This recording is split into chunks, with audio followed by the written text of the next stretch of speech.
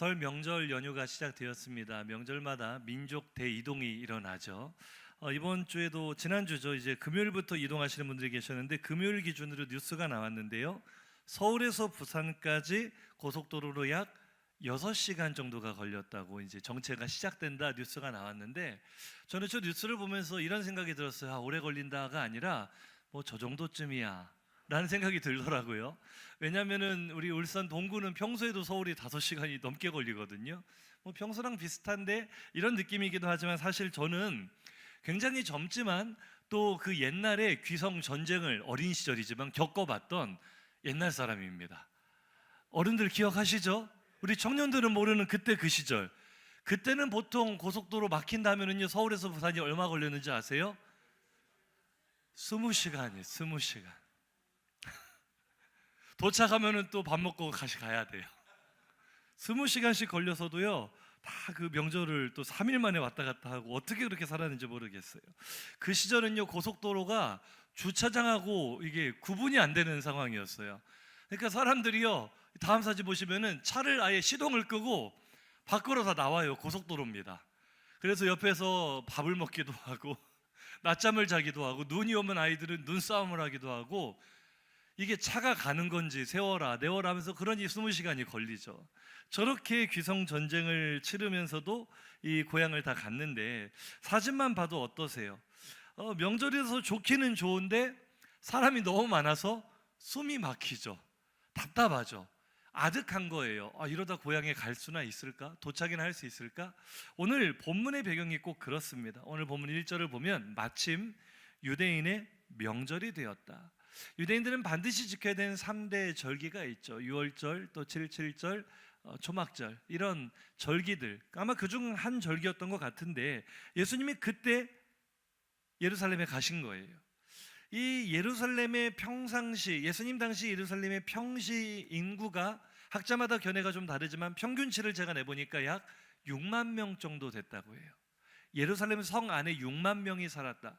성의 면적을 생각해 보면 굉장히 인구 밀도가 높습니다. 성 안에 6만 명이면 엄청난 숫자 아닙니까? 그런데 문제는 유대인들은 명절이 되고 절기가 되면 전국 각지에 흩어져 있던 사람들이 예루살렘으로 모여야 돼요. 그러니 명절이 되면 순식간에 인구가 2배 이상으로 불어나는 거예요. 뭐 10만 명, 15만 명. 그러니 어떻겠어요? 예루살렘의 분위기가 이게 고속도로 정체는 아무것도 아니에요.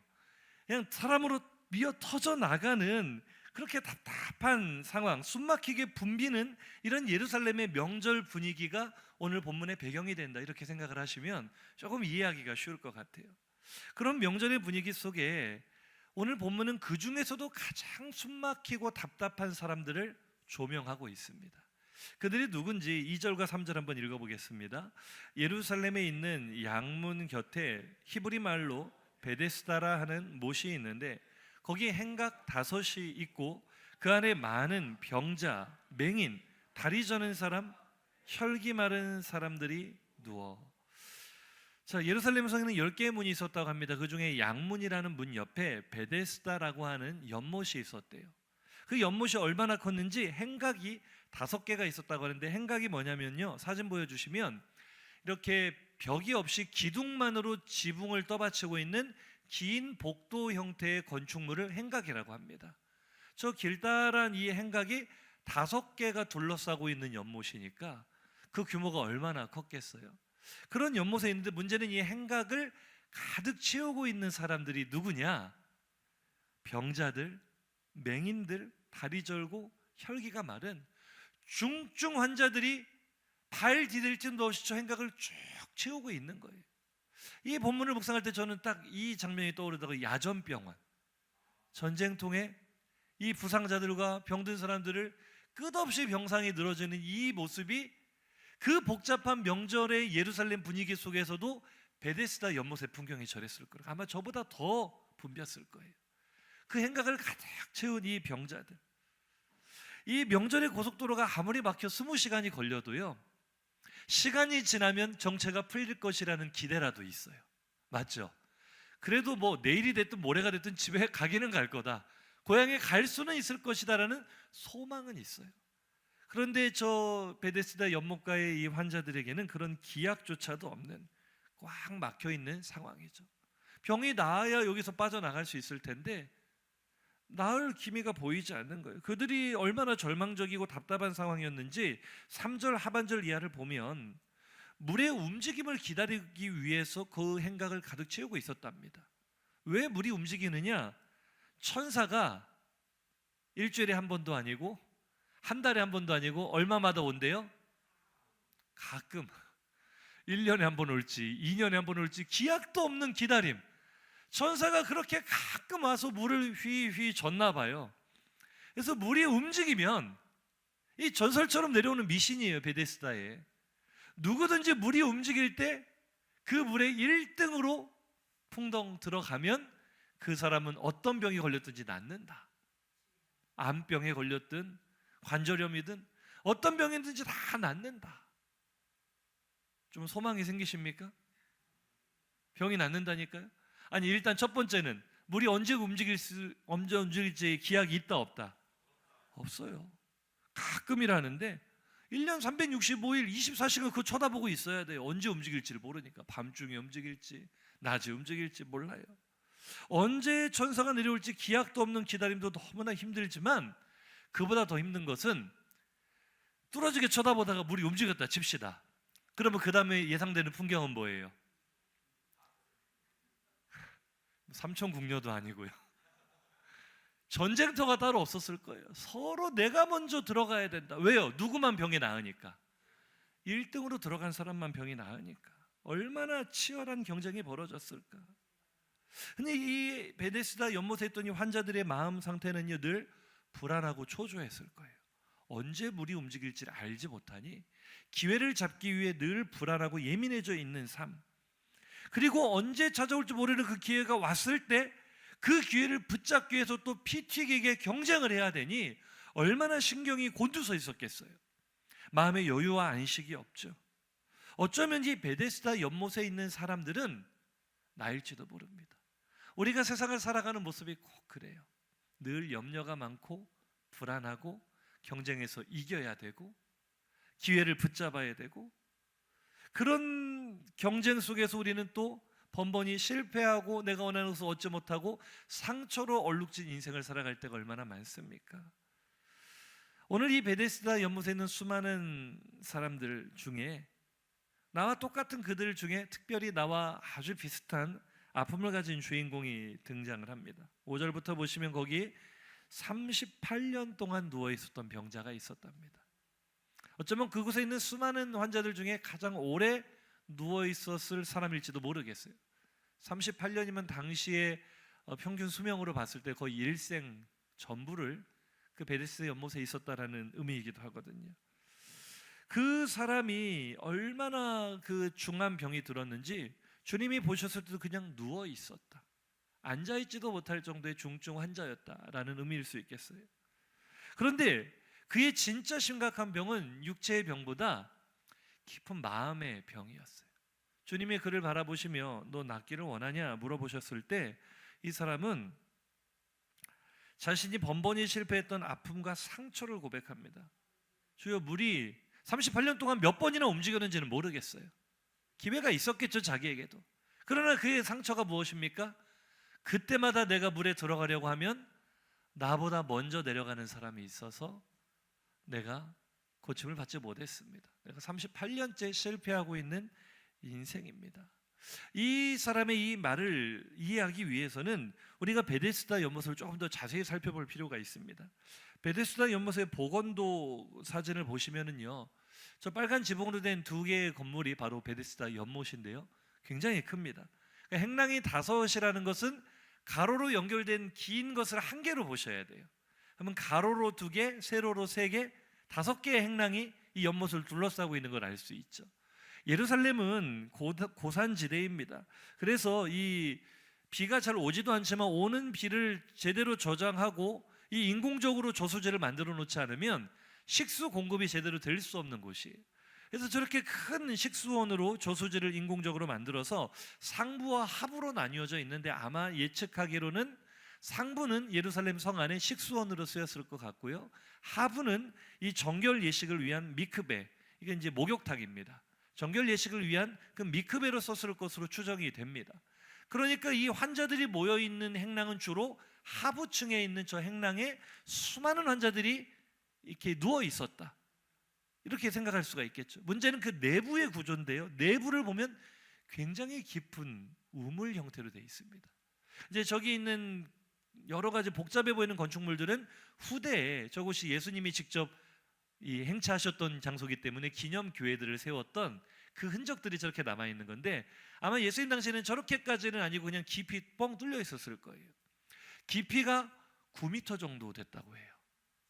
그러니까 위쪽 난간이 지금 행랑 부분이고 저 아래 9m 아래 저 연못을 뚫어져라 쳐다보고 있는 거예요. 수많은 환자들이 24개의 계단으로 내려가는 길이 되어 있었다고 합니다. 그러니 한번 생각을 해보세요. 38년 동안 힘없이 누워있는 이 사람이 물이 움직이는 걸 쳐다보는 것도 얼마나 힘든데 9m 아래를 계속 쳐다보다가 목 디스크가 먼저 올 것 같아요. 문제는 움직였다 하면은 24개의 계단을 뛰어내려가서 1등으로 거기에 다이빙을 해야 되는데 이게 중증 환자에게 이게 쉬운 일입니까? 그러니까 사실은 소망을 품고 거기에 누워 있으나 그 자리는 절망의 자리였던 거예요. 늘 남들이 먼저 들어가는 모습을 보면서 얼마나 상처를 많이 입었겠어요. 얼마나 마음이 힘들었겠어요. 그런데 더 아이러니한 것은 이 연못의 이름입니다. 오늘 본문 2절을 한번 보시면 이 양문 곁에 있는 이 연못의 이름이 뭐라고 합니까? 히브리 말로 베데스다라. 히브리 말 하면은 우리 이제 전도사님들이 지긋지긋할 거예요. 지금 매주마다 학교에 가서 히브리 말을 배우고 있거든요. 그 히브리 말이 이렇게 생겼습니다. 화면 한번 보여주세요. 베데스다. 제가 이제 순서대로 쓰지 않고 이제 두 개의 단어의 조합으로 플러스로 이렇게 베이트와 헤세드라고 이렇게 썼는데, 다음 한번 클릭을 해주세요. 베이트, 이 베이트는 집이라는 뜻입니다. 그러니까 우리 성경에는 벳이라고 번역을 많이 했어요. 베델, 베세메스, 이게 다 벳이 들어가면 집이라는 뜻이에요. 그런데 헤세드, 이제 모음의 변화에 의해 이게 헤스다가 돼서 벳 헤스다, 한번 붙여서 읽어보세요. 베데스다가 되는 거예요. 그래서 이 베데스다는 자비의 집, 헤세드가 하나님의 자비, 하나님의 긍휼, 이런 뜻이니까요. 자비의 집, 긍휼의 집, 이런 뜻인데 거기 자비가 어디 있어요? 긍휼이 어디 있어요? 남을 돌아볼 여유가 있어요, 없어요? 없어요. 내가 먼저 살아야 되는데, 다른 사람 양보해주면 내가 죽는데, 무자비한 집이 돼버렸어요. 우리의 인생이 하나님의, 계속 뛰어나야 돼요. 하나님의 은혜 가운데 베데스다가 돼야 되는데, 우리가 살아가는 삶의 현장이 베데스다가 돼야 되는데, 자비의 현장이 돼야 되고 긍휼의 현장이 돼야 되는데, 우리가 세상살이에 치열한 경쟁에 치이다 보니 이 자비의 집이 무자비한 집이 돼버렸단 말이에요, 우리 인생. 그래서 저는 이 이름을 오늘 설교 제목에서 바꿔봤습니다. 베데스다. 나쁜 일에 애쓰는 인생이다. 허탄한 일에 애쓰는 인생이다. 나를 낫게 해주지 못하는 것에 생명을 걸고 온 힘을 쏟아붓는 벳에스다. 한번 해보세요. 벳에스다. 옆 사람에게 인사해 봅시다. 그대의 인생은 어떻습니까? 벳에스다의 인생은 아닙니까? 우리 삶의 이야기 말고 신앙생활만 보더라도요, 피 튀기게 경쟁하는 세상의 가치관이 그대로 들어와 있는 경우가 많이 있는 것 같아요. 나의 신앙은 어떤가 한번 생각해 보세요. 자, 가끔씩 천사가 내려와 물을 휘저을 때, 물이 움직일 때 1등으로 그 물에 들어가면 무슨 병이든지 낫는다라는 것은 그 시대 유대인들의 신앙이었습니다. 믿음이었어요. 그럼 그 믿음은 바른 믿음이었을까? 바른 신앙이었을까? 자, 천사라 그랬죠. 그 천사가, 퀴즈입니다, 하나님이 보내신 천사일까요? 만약에 그들이 바라고 믿고 기다리는 그 천사가 하나님이 보내신 천사라면 하나님은 참 잔인한 분입니다. 그 수많은 병자들 가운데 누구만 고쳐주겠다는 거예요? 제일 빨리 다이빙하는 놈 한 놈만 고쳐주겠다. 우리가 믿는 하나님이 그런 하나님입니까? 그런데 우리가 예수를 그렇게 믿을 때가 많아요. 잘 한번 생각해 보세요. 이 천사의 정체를 먼저 한번 생각해 볼까요? 베데스다 연못의 이 전설은 하나님이 주신 말씀이 아니라 이교적인 미신이었어요. 고고학자들이 베데스다 유적지를 이렇게 연구를 하면서 뭘 찾아냈냐면 로마 시대 신들 가운데 아스클레피오스라는 신의 흔적, 이 신전의 흔적을 찾아냈습니다. 아스클레피오스는요, 의술의 신, 치료의 신입니다. 그래서 이 상징물이 저 손에 들고 있는 지팡이에 뱀이 휘감가 올라가죠. 우리는 뱀을 굉장히 이렇게 징그럽고 혐오스러운 동물로 여기지만 고대 사회의 뱀은 지혜의 상징이었고 치료와 생명의 상징이었어요. 그래서 우리나라 대한의사협회 옛날 로고를 보면 저 지팡이에 뱅글뱅글 돌아가는 게 저 뱀을 형상화한 거 아스클레피오스의 지팡이고요. 지금 변경된 로고도 보면 가운데 뱀 보이시죠? 이 의사협회 마크뿐만 아니라 앰뷸런스도 그렇고 의료 관련된 심벌에는 뱀이 많이 들어갑니다. 그게 이 바로 세라피스와 아스클레피오스 이 로마 신화로부터 시작된 전통이거든요. 그러니까 이 아스클레피오스가 바로 유대인들이 기다리던 그 천사였다는 거예요. 하나님이 주시는 은혜를 말한 것이 아니라 로마 시대잖아요. 예수님의 시대가. 로마가 말하는 치료의 방법, 로마가 제시하는 치료의 그 비결을 따라갔던 것이 바로 베데스다의 전설이었어요. 아스클레피오스에게 우리가 정성을 들여서 1등으로 인정을 받으면 고침을 받을 수 있다. 이것이 로마의 세계관, 로마의 가치관이었어요. 그런데 오늘 우리가 예수를 그렇게 믿어요. 하나님을 그런 분으로 오해를 해요. 내가 기도와 봉사를 남들보다 더 열심히 한다면, 내가 남들보다 더 많이 헌신하고 더 많이 충성한다면 하나님께서 내게 복을 주실 것이다. 내가 남들의 경쟁에서 이기는 1등 성도가 된다면, 옛날부터 많은 목사님들, 부흥사들이 그렇게 가르쳤습니다. 1등 성도 되라. 들어보셨어요? 안 들어보셨어요? 우리는 이렇게 말합시다. 옆 사람에게 인사합시다. 1등이 아니어도 괜찮습니다. 1등이 되라는 것은 세상의 가치관이에요. 우리 자녀들에게도 그런 가치관을 심어주면 안 돼요. 1등만 기억하는 이 어떤 세상, 우리는 그렇게 자녀들을 양육해서는 안 돼요. 신앙생활도 그렇게 해서는 안 돼요. 그런데 목사님들도 그렇게 부추길 때가 많아요. 남들보다 더 충성하라고, 더 헌신하라고, 그래야 더 많은 복을 받을 수 있다고 성도들을 부추기는 그 1등 지상주의의 신앙은 나쁜 믿음입니다. bad, 애쓰다. 우리 신앙생활도 그 나쁜 가치관을 위해 애쓰고 있다면 우리가 예수를 잘못 믿고 있는 것입니다. 우리의 bad, 애쓰다의 신앙이 good, 애쓰다로 변화되기를 주의 이름으로 축복합니다.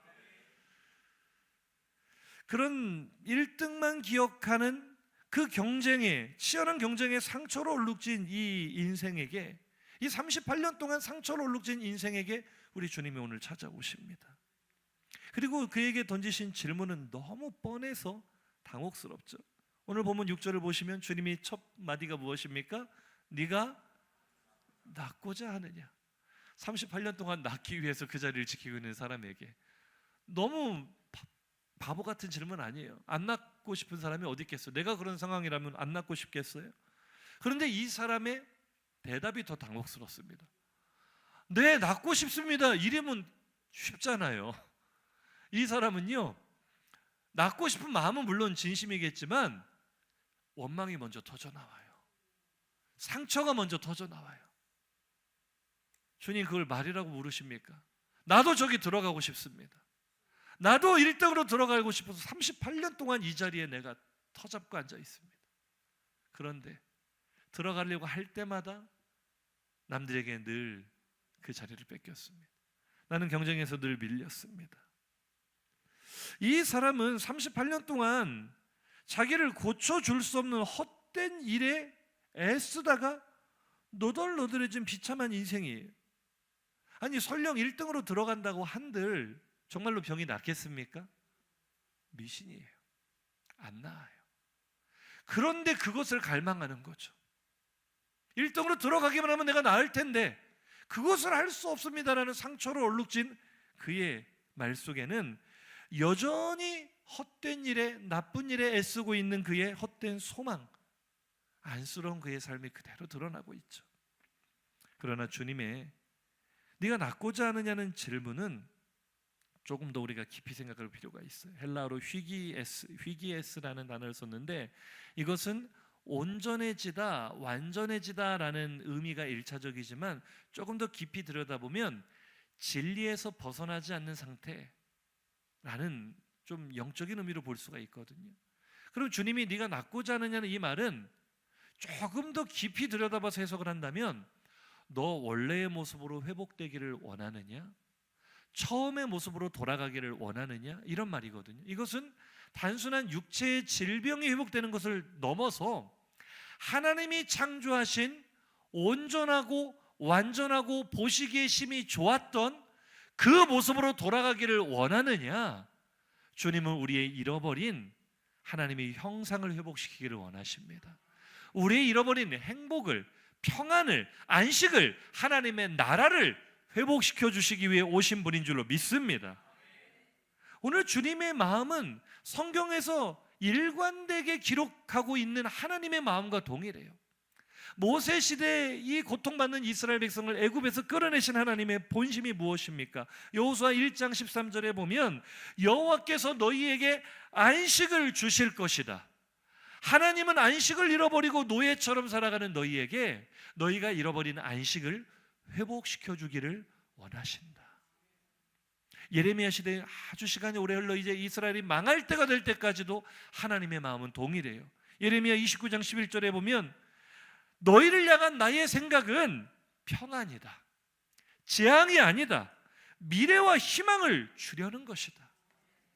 옆 사람을 한번 축복해 볼까요? 그대를 향한 하나님의 본심은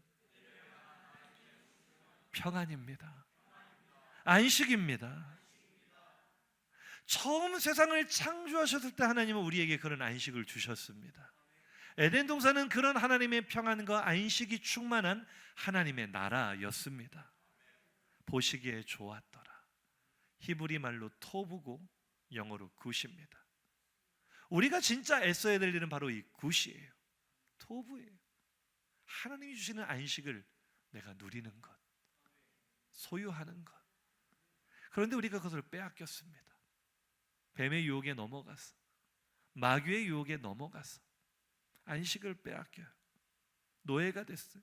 죄의 종노릇하며 고통스러운 인생을 살아가며 끊임없는 경쟁 속에 지치고 상한 마음으로 살아갈 때 하나님은 그런 우리를 버려두지 않으시고 독생자 예수를 보내셔서 예수의 십자가를 통해 우리가 잃어버린 안식을 되찾아 주신 줄로 믿습니다. 주님이 십자가에서 남기신 말씀이 뭐예요? 다 이루었다. 내가 잃어버린 안식을 회복하시는 일을 다 이루신 줄로 믿습니다. 예수를 믿는다는 것은 회복시키신 주님의 은혜를 누리는 것을 의미한 것입니다. 주님의 요청이 무엇입니까? 마태복음 11장 28절 읽어보세요. 시작. 수고하고 무거운 짐진 자들아 다 내게로 오라. 내가 너희를 쉬게 하리라. 할렐루야. 주님은 오늘도 우리를 주님이 다 이루어 놓으신 안식으로 초청하십니다. 우리는 세상 속의 베데스다의 환자들처럼 치열한 경쟁 속에 상처를 받으며 살아갑니다. 경쟁에 밀리며 쓰라리는 가슴을 안고 불안과 초조함으로 평안과 기쁨을 빼앗기고 수고하고 무거운 짐을 안고 살아가죠. 그때 주님이 우리에게 내게로 오라. 내게로 오면 내가 너에게 안식을 줄 것이다, 평안을 줄 것이다. 오늘 주님의 음성을 들으시기를 주의 이름으로 축복합니다. 오늘 이 베데스다 병자를 고쳐주신 그날이 바로 안식이라는 것을 우리가 주목해야 돼요. 8절 9절 보세요. 이 마지막 9절, 이 날은 무슨 날이에요? 안식일이에요. 사실 이후에 이어지는 이야기를 보면 하필 안식일에 주님이 이 일을 행하셨기 때문에 굉장히 곤욕을 치르시죠. 굉장히 이 일로 핍박을 많이 받습니다. 그런데도 주님은 의도적으로 안식일에 이 일을 행하셨어요. 왜요? 그가 잃어버린 안식을 회복시켜 주시는 것이 주님의 목적이라는 거예요. 눈에 보이는 병을 고쳐주는 게 목적이 아니에요. 그런데 우리는 여전히 눈에 보이는 헛된 것을 구하고 살아갈 때가 너무나 많아요. 베데스다에 들어가는 걸 목적으로 삼을 때가 많아요. 아니 생명의 주인이신 주님이 눈앞에 있는데 그분을 만나고 그분의 은혜를 입으면 베데스다 안 들어가도 베데스다가 무슨 필요해요? 그분 자체가 헤세드인데요. 그분 자체가 은혜인데요. 모든 회복이 그 안에 있는데요. 왜 생명의 주인을 눈앞에 두고 예수를 모시고 살아가는 우리가 왜 또다시 베데스다 하고 사냐고요. 왜 허탄한 것에 애를 쓰며 그것을 얻고자 주님 아무도 나를 저기에 넣어주는 사람이 없습니다. 우리의 기도가 그렇지 않아요? 헛되고 헛된 것을 계속 구하고 있지 않아요? 영화 신의 악단 보셨습니까? 신의 악당이 아니고 악단.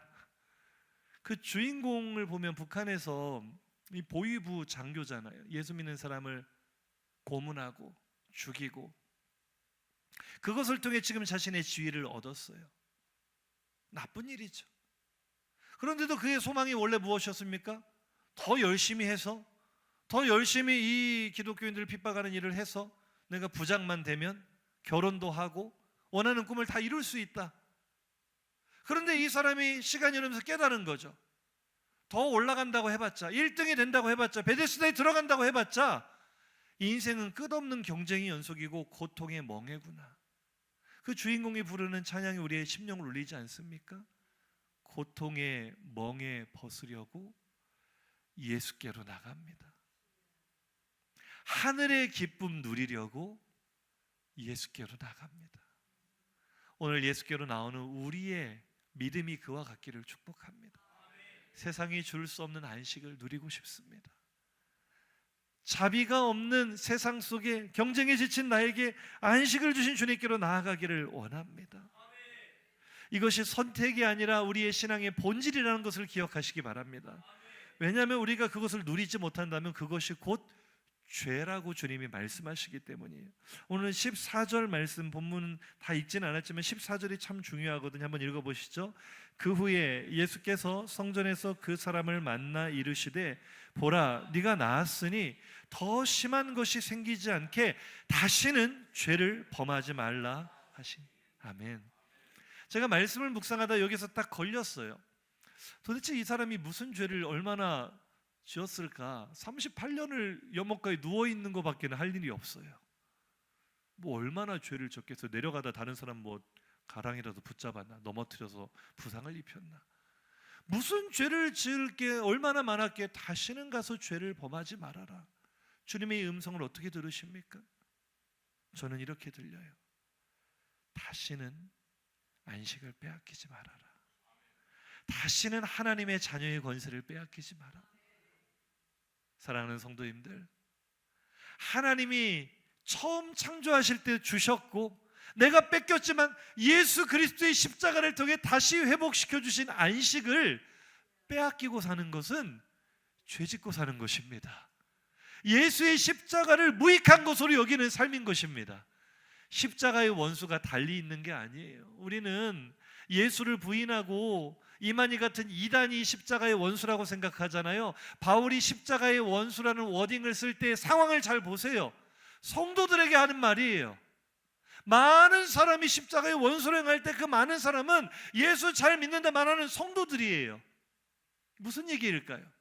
십자가의 원수라는 것은 십자가를 통해 회복시키신 은혜를 거부하는 사람을 의미하는 것입니다. 십자가는 하나님과 원수되었던 나를 하나님의 자녀로 회복시키신 은혜의 증거입니다. 그러면 자녀답게 살아야 돼요. 하나님의 자녀답게 행복을 누리고 행복을 나누며 살아야 돼요. 우거지상으로 살면 안 돼요. 늘 하는 인사지만 또 한 번 합시다. 그대의 얼굴은 비 내리는 호남선이 아닙니다. 쨍하고 해뜰 날입니다. 할렐루야. 쨍하고 해뜰 날 되기를 축복합니다. 얼굴과 낙하산은 펴져야 산다 그래요. 구겨진 인생 살지 마세요. 38년 된 병자처럼 헛된 것, 애쓰다 살면요 얼굴이 구겨져요. 인상이 구겨져요. 행복이 어디 있겠어요. 주님 주시는 평안, 안식을 회복하시기를 주의 이름으로 축복합니다. 마지막입니다. 5절 6절 보고 마치죠. 시작. 거기 38배 된 병자가 있더라.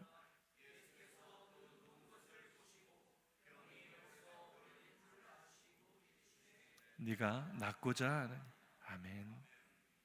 거기 38배 된 병자가 있더라. 거기 세상의 경쟁에 지치고 상한 심령이 있더라. 어쩌면 이번 명절에 우리가 만나야 될 가족들 중에, 오랜만에 만나는 가족들 중에 38년 된 병자가 있을 수 있습니다.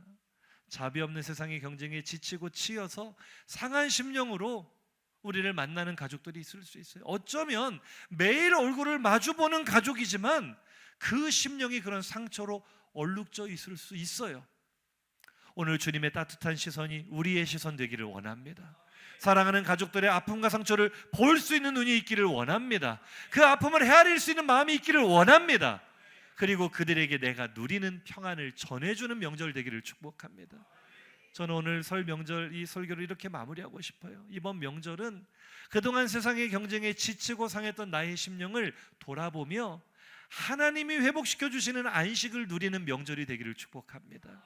그리고 내 안에 충만히 임한 하나님의 안식을 우리 모처럼 만난 가족들에게도 전해주는 명절이 되기를 축복합니다. 내가 누리는 안식을 전해준다는 것은 뭐 성경 지식 주입하라는 게 아니에요. 교회 나오라고 예수 믿으라고 잔소리하는 걸 의미하는 게 아니에요. 내가 참 세상살이가 힘들고 어려웠는데 38년 된 병자가 간증할 내용이 뭐겠어요?